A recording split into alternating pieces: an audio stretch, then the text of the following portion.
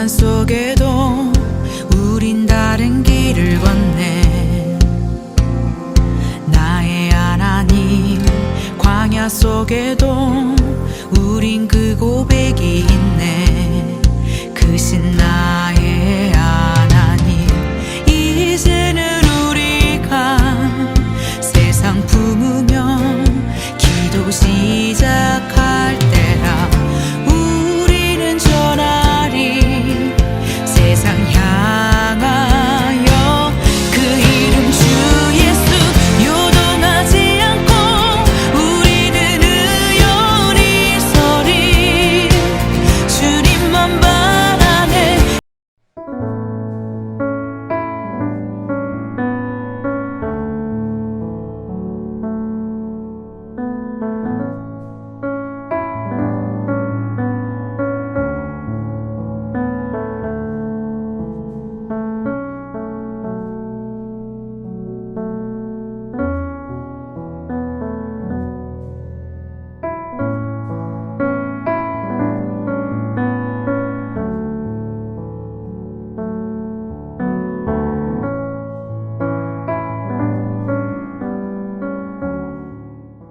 이 에스라가 바벨론에서 올라왔으니 그는 이스라엘의 하나님 여호와께서 주신 모세의 율법에 익숙한 학자로서 그의 하나님 여호와의 도우심을 입음으로 왕에게 구하는 것은 다 받는 자이더니, 아닥사스다 왕 제7년에 이스라엘 자손과 제사장들과 레위 사람들과 노래하는 자들과 문지기들과 느디님 사람들 중에 몇 사람이 예루살렘으로 올라올 때에 이 에스라가 올라왔으니 왕의 제7년 다섯째 달이라. 아멘.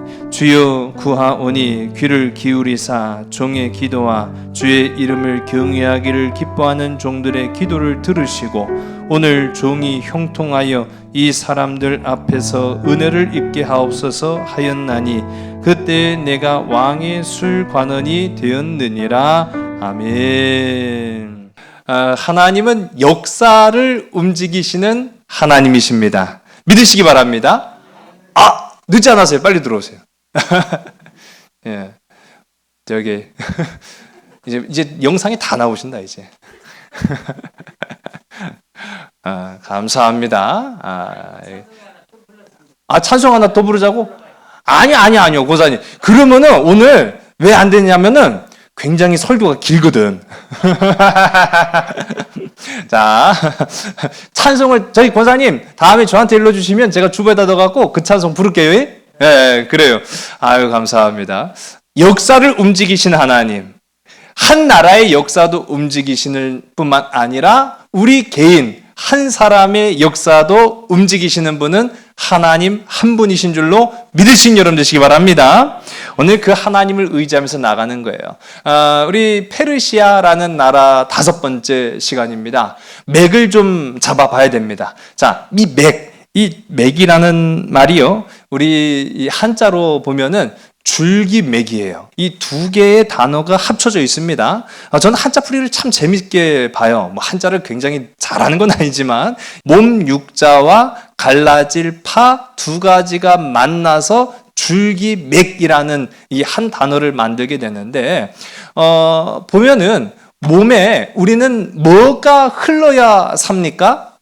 그렇죠. 피가 흐르려면은 피가 통하는 통로가 있어야겠죠. 그걸 우리가 혈관이라고 말하지 않습니까? 그러니까 이 몸 안에는 혈관이 있고, 혈관은 단순히 그냥 몇 가닥으로만 된 게 아니라 우리 몸 안에는요, 모세 혈관까지 합하면은 엄청나게 많은 수많은 혈관들이 우리 몸을 다 관통하기 때문에 머리부터 발끝까지 피가 돌므로 인해서 사람이 건강하게 살아갈 수 있는 거예요.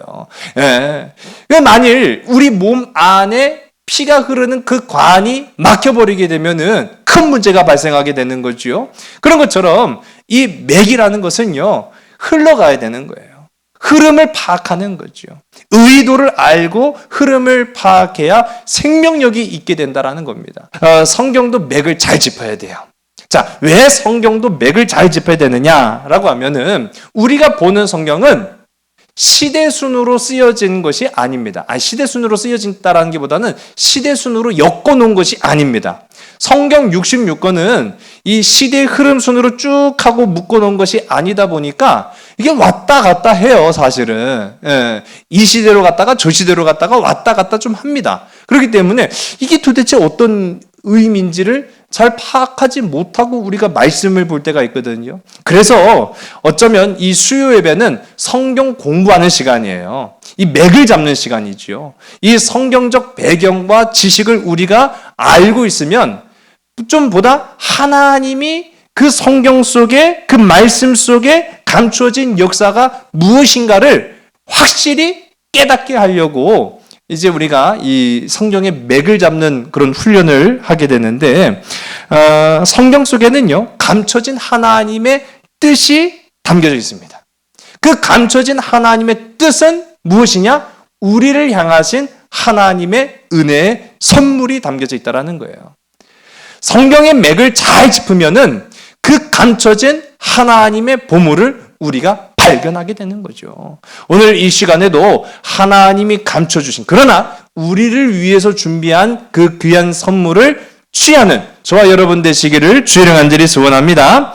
우리 이전 시간에도 우리가 살펴봤잖아요. 에스더 성경에는 하나님 몇 번 등장한다고요? 그렇죠. 공부 잘하셨네. 감사합니다. 예. 이 에스더 성경에는 하나님이 단 한 번도 나오지 않아요.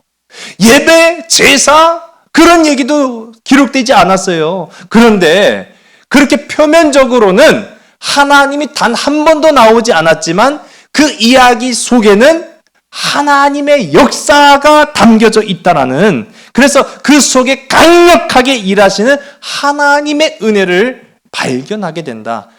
어떻게 할 때요? 맥을 파악하면은 그게 보인다라는 거죠. 자, 오늘 그러한 흐름을 가지고 이제 이 바벨론 포로로 끌려갔던 이스라엘 백성들이 페르시아 바사 왕, 이 바사 시대에 포로 귀환을 하게 되는데, 어떠한 그 흐름이 있고 그 흐름 속에 어떠한 은혜가 감춰져 있는가 한번 좀 살펴보려고 합니다. 여러분, 포로 귀환은 이제 포로로 끌려왔으니까 70년 만에 포로 귀환할 거 아니에요?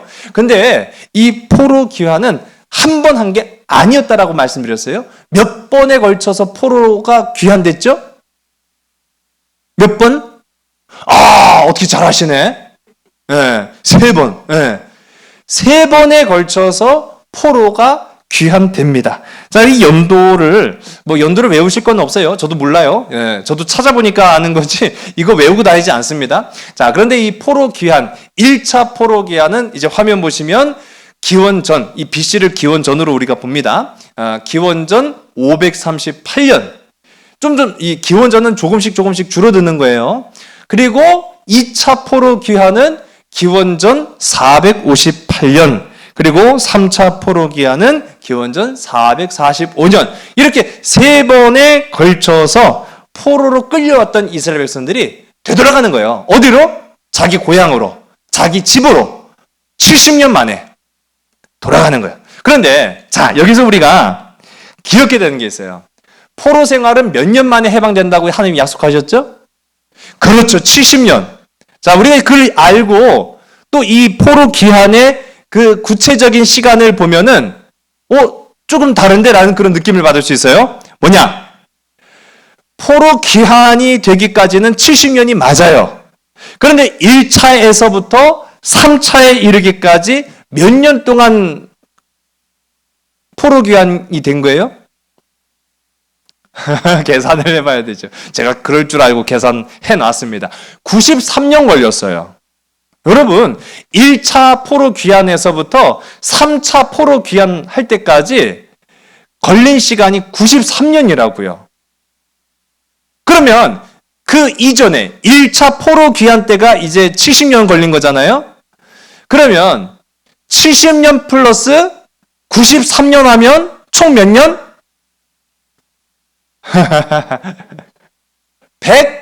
163년. 그러니까 3차 포로 귀환된 사람들은 자기 고향 돌아갈 때까지 걸린 그 시간이 163년이 걸린 거예요. 163년이. 꽤 긴 시간이죠. 어마어마하게 긴 시간이 걸린 셈입니다. 그러니까 결코 포로 귀환까지의 그 과정이 호락호락하거나 쉽지 않았다라는 것을 우리가 보죠. 물론 포로 귀환은 하나님의 은혜요, 역사입니다. 근데 그 하나님의 귀한 은혜의 역사를 이루어가는 그 과정은 우리가 불과 숫자만 보더라도 야, 이거 쉬운 게 아니었네, 그런 생각이 드는 거예요.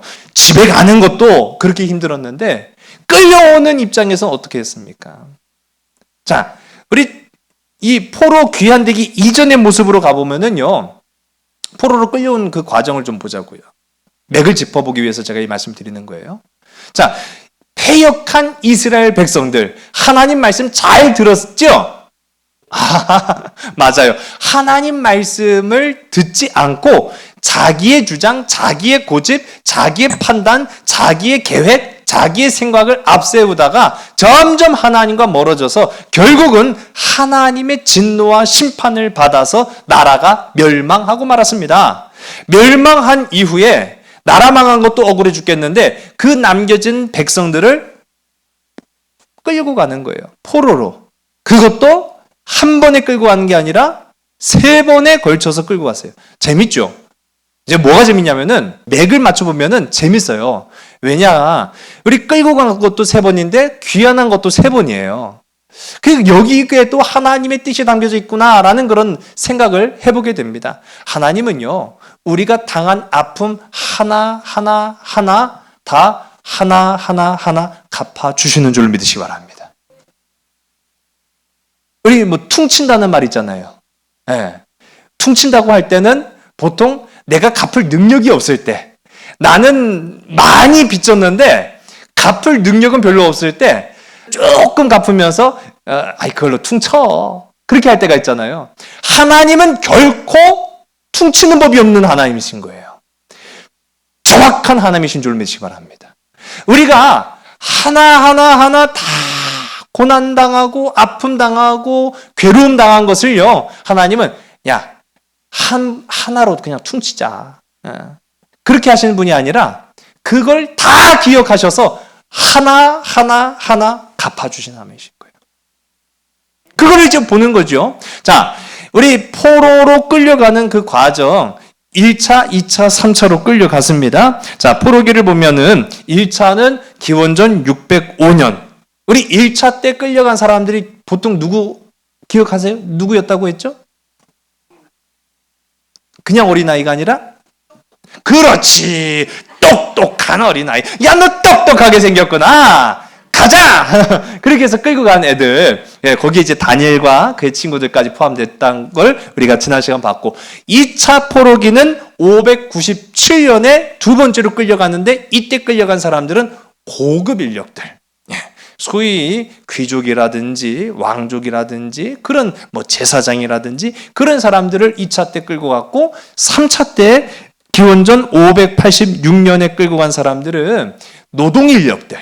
그러니까 한마디로 말하면 이스라엘에 거의 남겨둔 사람이 없을 정도로 다 끌고 간 거예요. 다 끌고 가서 자신들의 역할에 맞게끔 사용했다라는 거죠. 한마디로 말하면 도구로 썼다는 거예요. 사람을 도구화했다라는 거죠. 제가 이거 좀 이따 말씀드리도록 하겠습니다. 그렇게 1차, 2차, 3차로 끌려갔는데, 보시면은 아까 전에 제가 말씀드렸죠? 포로가 귀환될 때, 포로 귀환될 때 1차, 2차, 3차 총 걸린 시간만 몇 년이라고 했었죠? 다 헷갈리시네. 93년 걸렸다고 말씀드렸잖아요. 93년. 아니, 포로기 기간 빼고, 포로기 70년 빼고 1차, 2차, 3차 돌아가는 데만 걸린 시간이 93년 걸렸다고 했잖아요. 그런데 지금 1차, 2차, 3차 끌려갈 때 걸린 시간도 몇 년 정도 됐을까요? 계산 한번 해보세요. 자, 19년이 걸렸습니다. 비록 귀환할 때 걸린 시간만큼은 아니래도 꽤 시간이 걸린 택이죠. 나라 잃은 서름에 뿔뿔이 흩어지는 이산 가족을 경험할 수밖에 없었던 이 이스라엘 백성들. 자, 처음에는 이제 바벨론으로 끌려간 거죠. 나중에 이제 오늘 우리가 함께 보는 이제 페르시아라는 나라라고 바뀌었지만은 이 끌려간 바벨론에서 이 이스라엘 백성들은 어떤 생각했을까요? 무슨 생각했을까요? 야, 잘 왔다, 야. 야, 진짜 와보니까 여긴 좋네. 그런 생각했을까요? 아니면, 아이고, 두고 온 내 고향, 내 가족, 내 식구, 나의 삶, 뭐 그런 생각 했을까요? 그런 생각이요. 맞아요. 그런 생각이에요. 예, 맞아요. 좋을 리가 없죠. 고되고 힘든 포로기의 그런 삶 속에서 그들은요, 왜 우리가 이런 고난을 당해야 되는가? 왜 나만 겪는 고난이냐고 슬퍼하지 마세요. 그 찬양이 그때 나온 거예요. 믿거나 말거나. 예. 그때 이스라엘 백성들은요, 왜 우리가 이 고난을 당해야 될까? 왜 이런 고통을 겪어야 될까? 생각하고 또 생각하고 또 생각했어요. 여러분, 고난이 주는 유익 어떻게 생각하십니까? 고난은 유익을 준다고 생각하십니까? 아니면 고난은 고난일 뿐이야 라고만 생각하십니까? 아주 중요한 것은요, 우리가 하나님의 자녀가 아니라고 한다면 고난은 고난일 뿐입니다. 그러나 우리가 하나님의 자녀일 때는 달라져요. 고난도 유익이 있는 줄로 믿으신 여러분 되시기 바랍니다. 그래서 우리는 이 세상을 견디고 살아가는 거예요. 그래서 우리는 이 세상에서 기뻐하며 감사하며 사랑하며 용서하며 이해하며 하나님의 나라를 바라보며 살아가는 거예요. 왜? 고난 끝에 유익이 있기 때문인 거죠. 고난에도 하나님이 예비한 축복이 숨겨져 있다는 것을 우리는 알기 때문에. 무엇을 통해서? 말씀을 통해서. 물론 저는요, 고난 예찬론자 아닙니다. 고난은 필수야 라고 생각하는 사람은 물론 아니에요. 할 수만 있으면은 고난 안 당하는 게 좋겠죠. 그러나 인생은요, 고난을 피해갈 수 없더라고요, 사실은. 이왕 피할 수 없다고 한다면 여러분, 오늘 이 하루 또 우리의 살아가는 삶의 순간순간마다 말씀을 통해서 고난 가운데 역사하시는 하나님을 발견하시는 저와 여러분 되길 간절히 소원합니다. 폴 트루니에라는 상담학자가 있는데, 이 사람은 어린 시절 고아로 자랐어요. 이 고아로 자란 자신의 경험이 그의 삶을 이제 영향을 많이 준 거죠. 그래서 그는 고백을 합니다. 자기는 어린 시절에 외로움과 고통에 매몰될 뻔했다. 그런데 나를 괴로움과 외로움, 이 깊은 절망에서 건져주신 분이 계신데 그분이 바로 살아계신 예수 그리스도셨다. 그래서 나는 예수님을 만나고 절망적 상황에서 오히려 참된 사랑을 깨닫게 됐고, 그 깨달은 사랑으로 훗날 아주 세계적인 이제 상담학자가 되어서 나처럼 가슴 아픈 상처, 고통과 괴로움에 있는 사람들을 공감하고 이해해주고 보듬어 줄 수 있게 되었다라고 고백한 사람이 폴 투르니에라는 이 상담학자거든요. 근데 아주 푸근하게 생겼죠. 예, 그렇게 생긴 건 똑똑해 보이진 않는데 아주 되게 똑똑하신 분이에요. 근데 이분이 이렇게 얘기를 했어요. 화면에도 제가 쓰였습니다만은, 고통 없이는 변화할 수도 성숙할 수도 없습니다. 한번 따라해봐요. 고통 없이는 변화할 수도 성숙할 수도 없다. 여러분, 사람은 그렇습니다. 사람은요, 고통이 없이는 변화할 수도 없고 성숙해지지도 않는다라는 거예요. 그래서 이 폴 트루니에는 모든 상실과 고통은 성숙한 창조성을 캐내기 위한 하나님의 주신 은혜입니다 라고 얘기했어요. 어떻게 생각하십니까? 저는 이 말이 맞다고 생각해요. 우리가 당하는 아픔이 있어요. 우리가 당한 상실이 있어요. 말할 수 없는 그 어떠한 세상의 위로로도 해결받지 못하는 그런 고통이 있어요. 그런데 그 고통으로 인해서 우리가 더 성숙해지더라고요. 그 아픔으로 인해서 우리의 삶이 더 좋은 방향으로 변화되더라고요. 그것은 하나님의 은혜인 줄로 믿으신 여러분 되시기 바랍니다. 고난이 고난으로 끝날 수도 있지만 어떤 사람에게는 고난을 통해서 위로를 줄 수도 있고, 고난을 통해서 역사를 이룰 수도 있고, 고난을 통해서 사랑을 할 수도 있구나. 여러분, 우리 한번 따라해볼까요? 고난이 다가 아닙니다. 고난이 끝이 아닙니다. 여러분, 이렇게 믿는 저와 여러분들에게를 주령 간절히 소원합니다. 할렐루야. 여러분, 포로로 끌려간 163년의 그 긴 장구한 세월, 돌아갈 수 있기까지 어떤 사람은요, 자기 세대에 돌아가지 못한 사람들도 분명히 있었을 거예요. 다니엘과 같은 사람들. 그럼에도 불구하고 그들은 낙심하거나 좌절하거나 절망하지 않았어요. 왜? 하나님을 숨겨놓은 분명한 은혜가 있다. 이 고난 끝에 하나님이 우리를 향하신 열매가 있다. 고난이 다가 아니다. 고난이 끝이 아니다. 그래서 그들은요, 고난을 통해서 누군가를 위로하기 시작했고, 고난을 통해서 누군가를 사랑하기 시작했어요. 놀라운 변화죠. 여러분 어떻습니까? 자, 1차, 2차, 3차 이스라엘 백성들이 왜 끌려왔다고 아까 말씀드렸죠? 하나님과 사이가 좋아서, 하나님과 사이가 나빠서. 그렇죠. 그런데 하나님의 보호를 스스로 박차고 벗어던진 이 이스라엘 백성들이 하나님 없는 70년의 세월 동안 고난을 겪어보니까 하나님이 우리에게 향하신 그 크신 사랑이 얼마나 귀한지, 얼마나 큰지를 알고 난 이후에 그들은 어떻게 변화되기 시작합니까? 고난 끝에 사랑하기 시작하고, 위로하기 시작하고, 용서하기 시작하고, 하나님을 갈망하기 시작했다는 거예요. 이게 숨겨진 하나님의 보화라는 것이죠. 여러분, 때로는 고난이 우리를 막 흔들어 놓을 때도 있어요. 그럴 때에 그 속에 나를 향하신 하나님의 숨은 보화를 발견하는 저와 여러분들에게 간절히 소원합니다. 그렇게 이스라엘 백성들은요, 이 포로기에서부터 포로 귀한 그 사이의 시간들 속에서 하나님을 구하는 자들로 바뀌어졌다는 거예요. 아까 전에 그 폴 트루니에라는 이 상담학자가 말한 것처럼 고난을 통해서 사람은 변화되고 성숙해집니다. 라고 하는 게 딱 이스라엘 백성들이 된 거죠. 자, 우리 포로 귀환의 이 맥을 짚는 데 도움이 되는 나라가 이제 우리가 함께 볼 페르시아라는 나라잖아요. 근데 페르시아라는 나라를 하나님이 쓰셨죠. 그렇죠. 중요한 겁니다. 하나님이 페르시아라는 나라를 쓰셨어요. 근데 자, 이거 제가 질문 드릴게요. 하나님이 페르시아라는 나라를 쓰신 이유는 그들이 사랑스러워서 쓰셨겠습니까? 아니면 그들을 도구로 삼기 위해서 쓰셨겠습니까?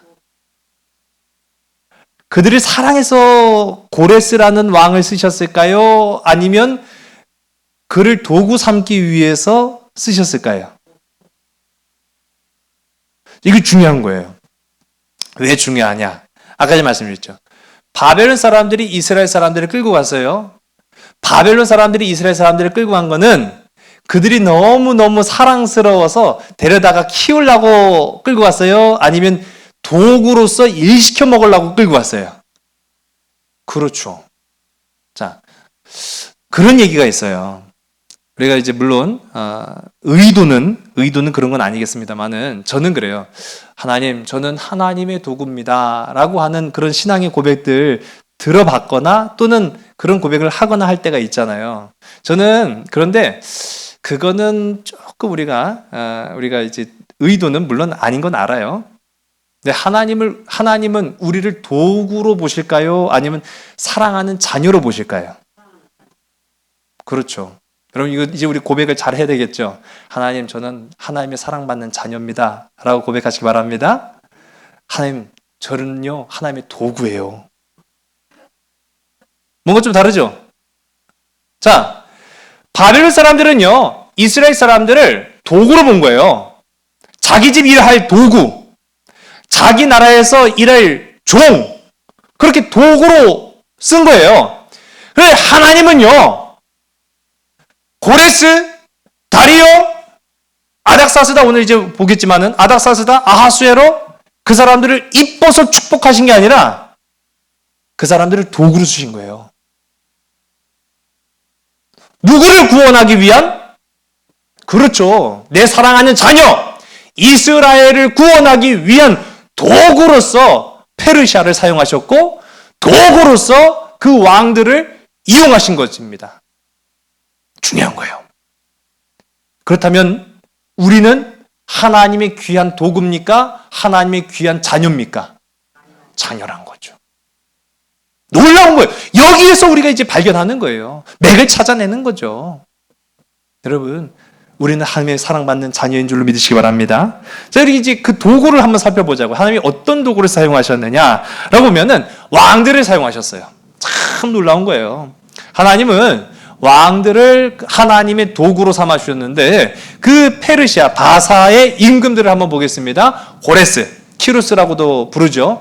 고레스를 통해서 포로 귀환을 선포하게 하셨어요. 자, 캄비세스는 역할을 많이 하지 못했습니다. 그 다음에 다리오라는 임금을 통해서 또 하나님은 귀한 하나님의 역사를 계속 이어나가게 하셨죠. 자, 아하수에로, 우리 지난 시간 함께 살펴봤죠. 아하수에로는 사실 그렇게 직접적으로 뭐 큰 역할을 한 건 사실은 없지만 그래도 이 에스더의 신랑으로 우리가 등장하면서 그 막힐 뻔했던 포로 귀환을 다시 있게 만든 것이 또 이 아하수에로입니다. 자, 그런데 아하수에로는 결국 신하의 손에 의해서 독살당해요.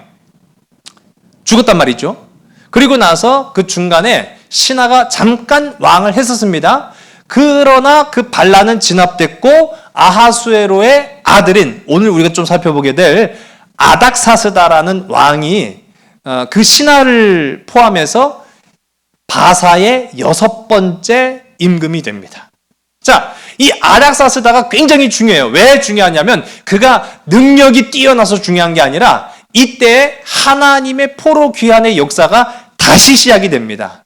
2차와 3차의 역사가 다시 물꼬를 트기 시작한 게 바로 이 아닥사스다 왕 때의 일이었거든요. 자, 그때를 한번 이제 우리가 좀 살펴보려고 하는데 보면은 이 고레스 대왕이라고 호칭이 될 정도로 이 페르시아의 가장 강력한 임금이었어요.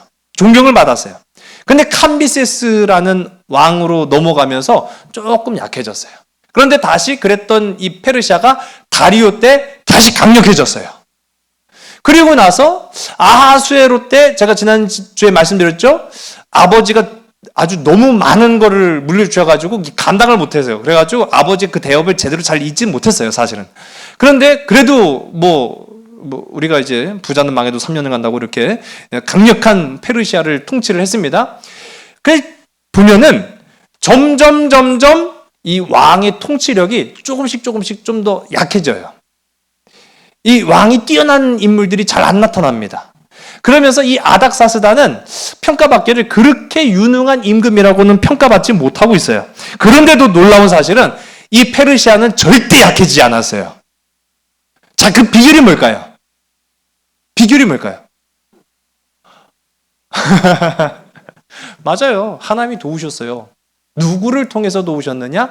하나님이 하나님의 사람들을 이 왕들 곁에 붙여주셨습니다. 자, 그 사람들이 누구냐? 우리 화면 보시면은 다니엘, 수르바벨, 느헤미야, 에스라.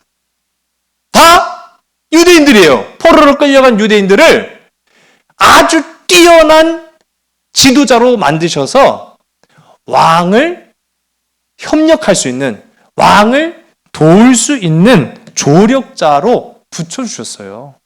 그래서 페르시아가 점점 약해진 게 아니라 그 명맥을 유지할 수 있게 되었다라는 사실입니다.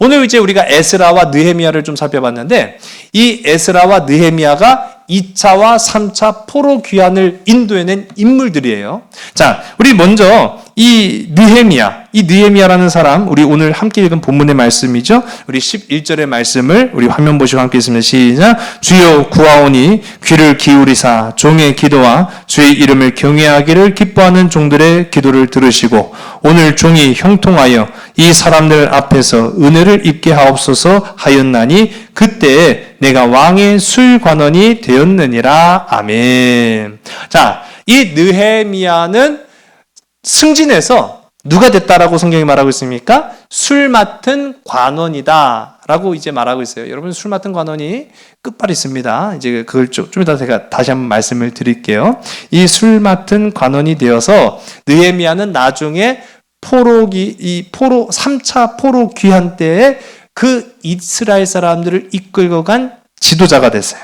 또 이 에스라라는 인물, 우리 한번 에스라 7장 6절의 말씀을 우리 함께 읽습니다. 시작. 이 에스라가 바벨론에서 올라왔으니 그는 이스라엘의 하나님 여호와께서 주신 모세의 율법에 익숙한 학자로서 그의 하나님 여호와의 도우심을 입음으로 왕에게 구하는 것은 다 받는 자이더니. 아멘.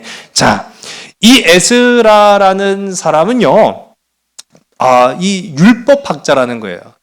혈통으로는 레위의 자손이면서 이 직업상 학자인데 어떤 학문을 주로 연구한 사람이냐 하면 페르시아의 율법학자였습니다.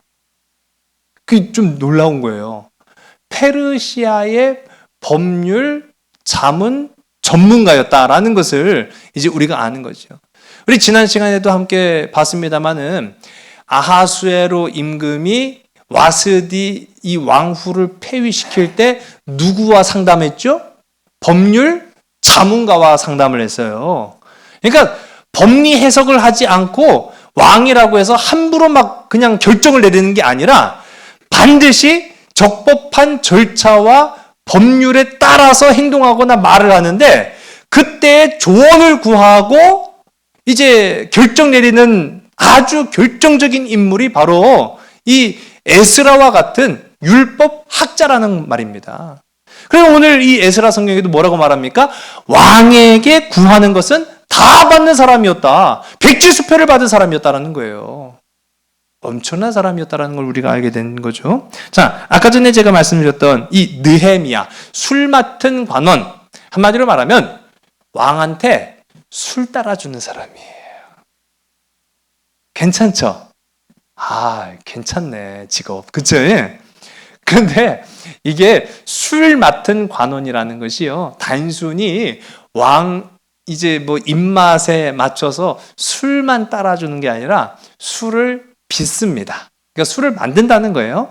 맛 좋은 술을 만들고 왕의 기분을 좋게 만들어줄 뿐만 아니라 왕의 건강을 챙기는 사람이 바로 이 술 맡은 관원이에요. 굉장히 중요해요. 왕의 2인자라고 할 수 있죠. 굉장히 실세라는 것을 우리가 알 수 있는 게, 여러분, 조선시대 임금들 있습니다. 근데 이 임금들이 죽는 비율을 제가 한번 살펴보니까요, 많은 비율로 어떻게 죽은 줄 아세요? 자연사가 아니라 누굴 죽이셨어요? 예, 맞아요. 독살됐어요. 많은 비율로 조선시대 임금들도요, 독살됐습니다. 그래서 임금님이 무언가를 좀 먹으려고 하면은 먼저 처먹는 애가 있죠. 누구예요? 김이상구. 우리 화면 보시면은 제가 한번 먹어보겠사옵니다 하고 이렇게 저렇게 처먹으면은 왕한테 맞아요. 왕이 먹을 걸 남겨놔야지. 저렇게 많이 먹으면 어떡해. 근데 김이상궁이 왜 먹어요? 그 음식에 그렇죠. 독이 있나 없나를 알아보기 위해서 김이상궁이 먼저 음식을 먹어보는 거거든요. 그럼 만일 독이 있으면 누가 먼저 죽는 거예요? 그렇죠. 이게 굉장히 위험하면서도 중요한 직책인데, 우리나라 조선시대에는 김이상궁의 그 역할과 비중이 사실은 크지 않았습니다. 그런데 고대 근동시대에 왕의 최측근에서 왕이 먹는 음식을 만들거나 그것을 대접하는, 그러니까 따르는 사람은 굉장한 권세자였다라는 거예요. 권력이 있었다라는 거예요. 그게 바로 느헤미야였다라는 거죠. 오늘 느헤미야는 그 자리에 승진했다라는 것을 이제 성경이 말하고 있어요. 자, 그런데 이게 그도 그럴 것이 아닥사스다 왕의 아버지 아하수에로 왕이 어떻게 죽었죠? 그렇죠. 독살당해 죽은 거예요. 독살당해 죽었으니 이 아닥사스다 왕이 자기 아버지가 음식 먹다 죽었단 말이에요. 그럼 음식에 대한 트라우마가 생겼을까요? 생겼을까요? 생겼겠죠. 그러니 믿고 음식을 먹을 만한 사람이 필요했다는 겁니다. 한마디로 말하면 우리가 이제 성경 속에 술 맡은 관원이라고 해서 무슨 그 왕들은 다 술꾼으로만 생각할 수 있겠습니다만 아니에요. 포도주를 말하는 거예요. 포도즙을 의미하기도 합니다. 그러니까 일상적으로 제가 수요예배 때 공부하신 분들은 아마 아실 거예요. 고대 근동시대 중동 국가에서는 물을 그냥 마실 수 없습니다. 물에 석회질이 가라앉기 때문에 그냥 마셨다가는 돌이 생겨서 죽습니다.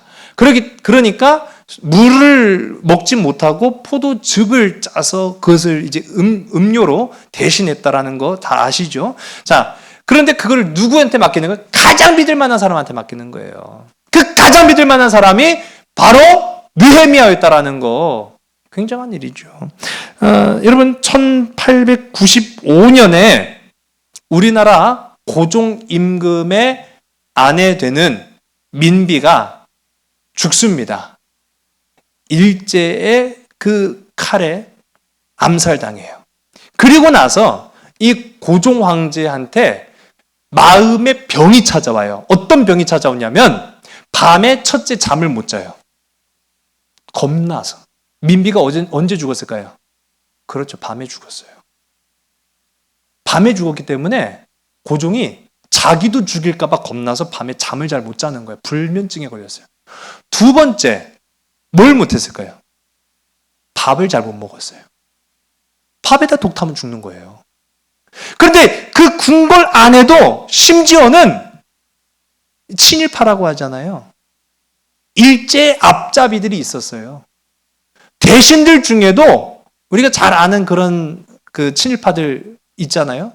그런 것처럼 돈 주고 매수된 사람들이 왕궁 안에 사람들이 있었기 때문에 왕의 음식에다가도 뭐 하나 독을 풀면은 죽는 거예요. 그러니까 음식을 잘 못 먹었어요. 그러니 어떻게 고종을 보호할 수 있겠습니까? 이때 직접 음식을 만들어서 고종에게 먹인 사람이 있어요. 누구였는가라고 하면 우리나라 사람이 아니라 애니 앨러스라는 우리나라 최초의 여자 의료 선교사가 고종의 음식을 직접 만들고 그에게 직접 전달했어요. 놀랍지 않습니까?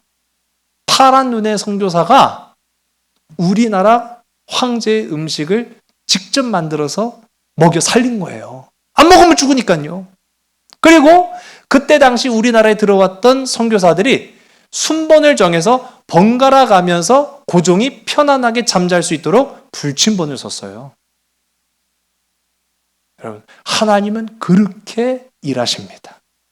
하나님은 전혀 우리가 생각하지 않았던 방식들을 통해서 하나님의 역사를 이루어 가십니다. 누구를 위한? 나를 위한. 나를 위해서 어떠한 도구도 삼으셔서 우리의 생명을 살리려고 일하시는 분이 바로 하나님의 역사라는 거예요. 놀랍죠. 어떻게 그 고종을 이 파란 눈의 선교사들이 먹이고 살릴 거라고 생각이나 했겠습니까? 어떻게 그 페르시아라는 강력한 대제국의 임금을 보호하려고 느헤미야라는 사람을 택하여서 술 맡은 관원 되게 하였겠습니까? 하나님의 역사가 그렇게 이랬다라는 거예요. 페르시아의 임금들이 점점 약해질 수밖에 없었는데 그 약해질 수밖에 없는 페르시아를 하나님의 사람을 붙여주셔서 망하지 않게 하셨어요. 왜 그랬냐고요? 이스라엘을 귀환시켜야 되니까요. 이스라엘이 귀환할 때까지 페르시아가 망하면 돼야 안 돼요? 그렇죠. 그거예요. 이스라엘이 귀환될 때까지 페르시아라는 나라는 망할 수가 없어요. 망하게 해서는 안 돼요. 그래서 망하지 않게 하시려고 하나님은 느헤미야도 붙여주시고 에스라도 붙여주셔서 페르시아가 망하지 않게 하셨어요. 그걸 우리가 알 수 있는 까닭이 뭐냐면, 우리 이제 다음 시간에 살펴보겠습니다만은, 페르시아라는 나라가요, 3차 이스라엘 백성들이 포로 귀환하고 나서 어떻게 됐어요? 망해요. 망한다고요. 놀랍지 않습니까? 이스라엘 백성들이 이제 귀환하고 난 이후에 그 다음 왕들로부터는 진짜 맥을 못 쳐요. 그래서 결국은 그리스라는 나라한테 망하고 맙니다. 그것만 보더라도 하나님이 이 페르시아를 도구 삼으셔서 이스라엘 백성들을 구원하시려고 그들을 지키실 때도 있고 보호하실 때도 있었구나라는 것을 발견하게 돼요. 자, 여러분 오늘 이제 이 3일 동안 이 말씀을 여러분의 삶에 적용하면서 살아보시기 바랍니다. 우리 다시 한번 고백해 볼까요? 하나님은 역사를 움직이신다. 누구를 통해요? 누구를 통해? 지금 다 배웠잖아요. 하나님은 역사를 움직이신다고요. 누구를 통해요? 하나님을 따르는 사람들을 통해. 하나님의 자녀들을 통해. 오늘 저와 여러분을 통해. 하나님은 저와 여러분을 통해 하나님의 역사를 움직여 나아가시는 줄로 믿으신 여러분 되시기 바랍니다. 아닥사스다 왕 7년에는 에스라를 통해 하나님이 일하셨고, 아닥사스다 왕 20년에는 오늘 우리가 함께 읽은 말씀 느헤미야를 통해서 일하셨어요. 지금은 우리를 통해 일하기를 원하신다는 거예요. 그래서 오늘 이제 우리가 하나님이 일을 해야겠구나. 우리도 이제 하나님이 일을 해야겠구나. 자, 어떻게 일을 할까요? 어떻게 일을 하면 좋을까요? 잘요. 자, 아까 말씀드렸던 이 고종 황제에게 음식을 만들어서 제공했던. 근데 이 사람이 원래 요리사로 온 게 아니에요. 예. 이때 남자 의사들은 선교사들로 우리나라에 이미 왔습니다. 그런데 중요한 거는 그때 당시에는 남자가 여자의 몸을 함부로 만지거나 그럴 수 없는 그런 시대였잖아요. 그러니까 여자 의사가 필요했단 말이에요. 그래서 여자 의사가 필요한데, 사실 이 애니 앨리스라는 이 선교사는 우리나라가 아니라 이란으로 갈 생각을 하고 있었어요. 그런데 정말로 알지도 못하는 저 동방의 작은 조선이라는 나라에서 요청한 거예요. 우리에게는 여자 의사가 필요합니다. 여자 의사를 좀 보내주십시오. 그래서 그가 이란으로 가려고 했던 그 발걸음을 돌려서 지금까지 단 한 번도 본 적도 알지도 못했던 조선 땅으로 와서 임금의 생명을 살려주는 거예요. 근데 이 애니 앨리스라는 선교사가 후학을 양성하는 학교도 세웁니다. 그게 여러분 잘 아시는 이 정신여자고등학교, 우리나라에 아주 유명한 고등학교거든요. 정신여자고등학교를 설립하고 초대 교장으로 계셨어요. 이 1887년에 이 정신여자고등학교를 설립하고 애니 앨리스가 3가지 이 학교의 설립 목적, 건립 목적, 학생들을 가르치는 이유 3가지를 내세웠거든요. 한번 화면을 보시고 한번 따라볼까요? 하나님을 믿자, 바르게 살자, 이웃을 사랑하자. 할렐루야. 어렵죠? 안 어려워요? 어떻게 보면 얼핏 보면은 별것 아닌 것처럼 느껴져요. 하나님 믿죠? 그게 뭐가 어려워? 바르게 살자? 그게 뭐가 대단해? 이웃을 사랑하자?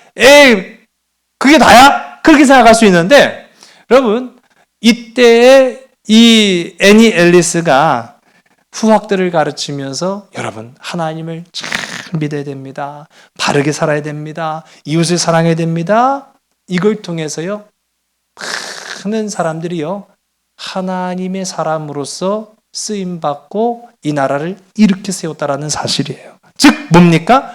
하나님이 그렇게 일하셨다라는 거예요. 하나님은 이렇게 우리가 살아가기를 원하신다라는 거예요. 이제 우리가 해야 될 일은요, 에스라와 느헤미야에게 맡겨준 일을 감당하는 겁니다. 어떤 일입니까? 기도에 무너진 성벽을 다시 회복하는 일. 여러분, 기도에 무너진 성벽을 다시 회복하는 저와 여러분들에게 간절히 소원합니다. 흩어진 믿음의 자녀들을 모으는 일, 그것이 우리가 해야 될 일이라는 거예요. 모으고 회복하는 일, 그것은요 어렵잖아요. 하나님을 믿는 거예요. 바르게 살아가는 거예요. 그리고 이웃을 사랑하는 거예요. 이게 바로 하나님의 경영 방식입니다. 이게 바로 하나님이 역사하시는 방식이라는 거예요. 오늘 이 하루도 또 여러분의 살아가는 삶의 모든 순간 가운데에서 하나님의 경영 방식을 따라 역사를 이뤄나가는 복된 저와 여러분 우리 모두가 되기를 주의 이름 간절히 소원합니다. 기도하시겠습니다. 아버지 하나님, 이스라엘 백성들이 포로로 살다가 다시 하나님의 은혜로 회복되기까지의 그 지난한 과정, 그러나 그 속에서 하나님을 갈망하고 하나님을 의뢰했고 하나님이 역사하기를 바랐던 많은 믿음의 일꾼들처럼 오늘 이 고난의 때에, 아픔의 시대에 우리가 에스라처럼 느헤미야처럼 하나님의 귀한 일꾼으로 부름받아서 모으고 회복시키는 자리에 서게 하여 주시옵소서. 온전히 하나님을 믿는 자 되게 하여 주시옵소서. 바르게 살아가는 주의 자녀 되게 하여 주시옵소서. 내 이웃을 내 몸과 같이 사랑할 수 있는 주의 백성들이 되게 인도하여 주시옵소서. 하나님은 역사를 움직이십니다.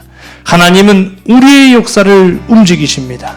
아버지 하나님, 내가 움직이는 것이 아니라 하나님이 움직이심을 믿음으로 오늘 이 하루도 우리에게 허락된 모든 삶의 순간순간도 담대함으로 살아가는 승리자가 되게 하여 주시옵소서. 참사랑 되시는 예수 그리스도의 이름으로 감사하며 간절히 기도드릴 사옵나이다. 아멘.